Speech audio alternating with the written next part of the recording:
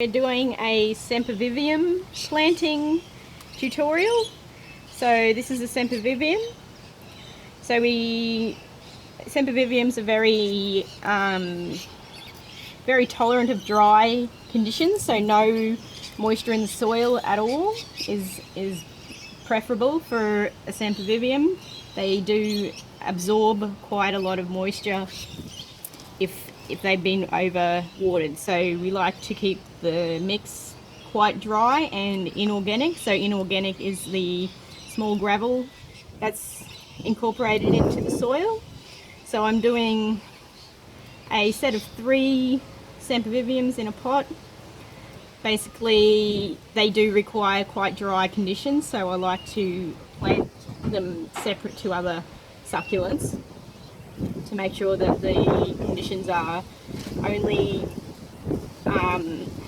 maintained for a Sempervivum and not maintained for any other succulents in the pot. It's just easier to control whether or not they've been overwatered or underwatered, and you're not risking any other plant in the pot being affected. So we've just cleaned off some expired leaves from underneath. Anything that's dry, it feels crispy or papery is how I describe it. So papery expired leaves means that the Sempervivum is in good health. So you don't want the leaves that have been expired to feel damp. That means there's something wrong with the plant. So if they're dry and paper feeling, well, no signs of moisture, that is completely dry. So we just dig down to place the Sempervivum in the dirt. So just dig around until it starts to sink down into the dirt, pushing all the dry soil around right up against the base of the plant and the stem.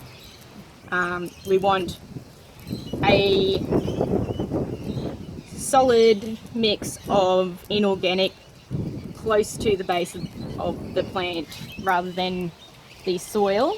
So once we've got them in position and we've planted them, we then go ahead and backfill around with top dressing of small gravel up around the base of the plant.